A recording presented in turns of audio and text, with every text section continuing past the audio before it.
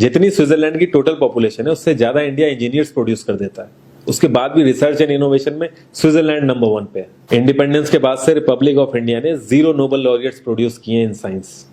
USA ने 100 plus कर दिए। ASER की रिपोर्ट के हिसाब से 83% एजुकेटेड इंडियंस एम्प्लॉयबल ही नहीं है।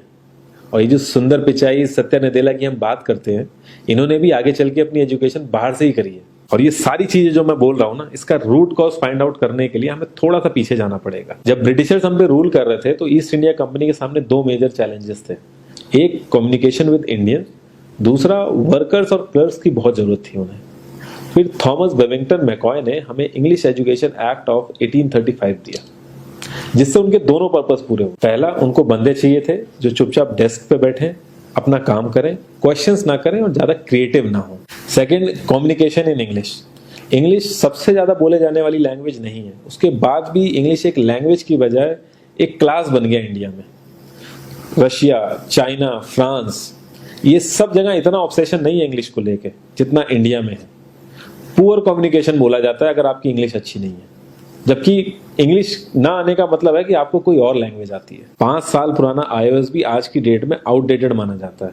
लेकिन इतनी इंपॉर्टेंट चीज हमारा एजुकेशन सिस्टम आज भी बस थोड़े से चेंजेस के साथ ऐसे ही चल रहा है। हमारे एजुकेशन सिस्टम में रटने का कंपटीशन होता है, जो ज्यादा रट लेता है उसके ज्यादा मार्क्स आते हैं। अब 95% जिसके संस्कृत में आए हैं वो भी संस्कृत नहीं बोल पा रहा है। और बेसिक हिस्ट्री होने की बजाय इतनी मोटी मोटी किताबें हैं हिस्ट्री की जिसका कोई मतलब नहीं है। अगर आज की डेट में आपको कुछ भी पता करना, आप गूगल से पता कर लोगे, उसके लिए आपको याद करने की जरूरत नहीं है इतना कुछ। और ये गवर्नमेंट स्कूल में हर क्लास में इंग्लिश का सब्जेक्ट है।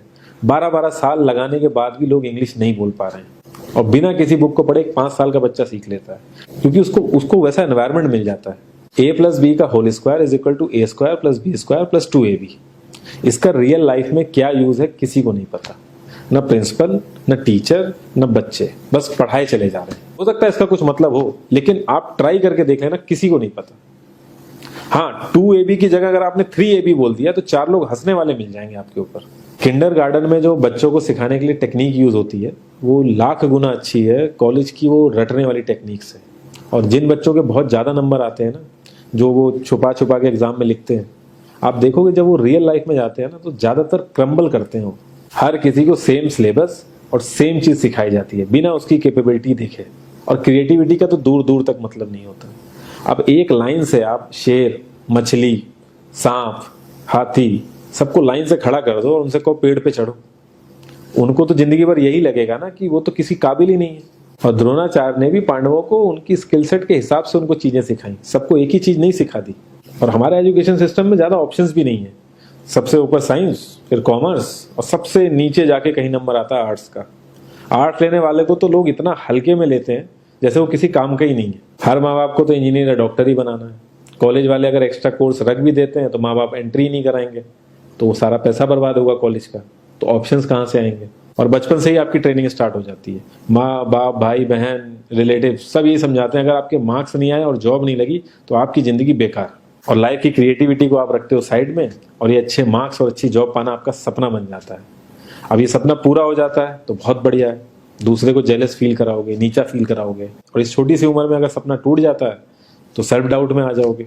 इतना बाहर वाले आपको नीचा नहीं समझेंगे जितना आप खुद की नजरों में गिर जाओगे। आप किसी भी 4-5 सक्सेसफुल आदमियों के बारे में सोच के देखिए जिन्हें आप बहुत सक्सेसफुल मानते हो या जिनकी तरह लाइफ आप जीना चाहते हो।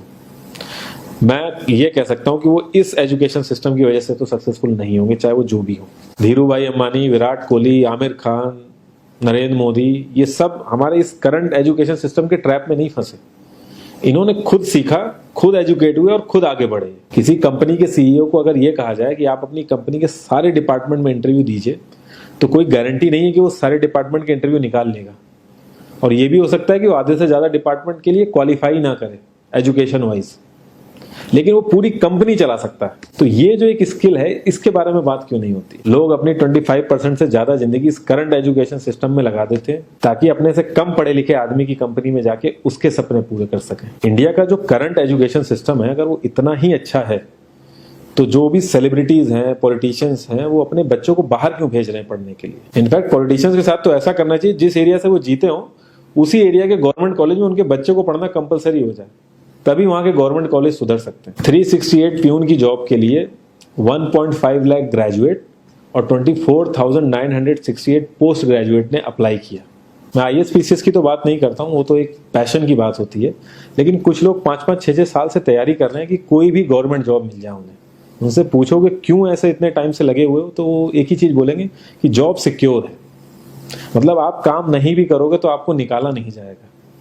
ये सारी कामचोरी वाली बातें माइंड में इसीलिए आती हैं क्योंकि हमारा जो करंट एजुकेशन सिस्टम है वो इतना कॉन्फिडेंस ही नहीं देता है कि हम अपनी स्किल के दम पे कहीं जाके काम करें और हमें निकलने का डर ना हो। मैं आने वाले 10 साल की तो बात ही नहीं कर रहा हूँ, अगर मैं आने वाले 5 साल की भी बात करूँ तो टेक्नोलॉजीज में इतना ज़्यादा चेंजेस आ जाएगा कि जो आज हम पढ़ रहे हैं, जिस स्किल पे हम फोकस कर रहे हैं, पता नहीं वो रेलेवेंट भी होगी कि नहीं उस समय। Cloud computing, SEO, digital marketing, ये सब जॉब्स पहले एग्जिस्ट ही नहीं करती थी। हम लोगों को एजाइल होना पड़ेगा, नई नई चीज़ों को सीखने के लिए ओपन रहना पड़ेगा, क्रिएटिव माइंड लगाना पड़ेगा।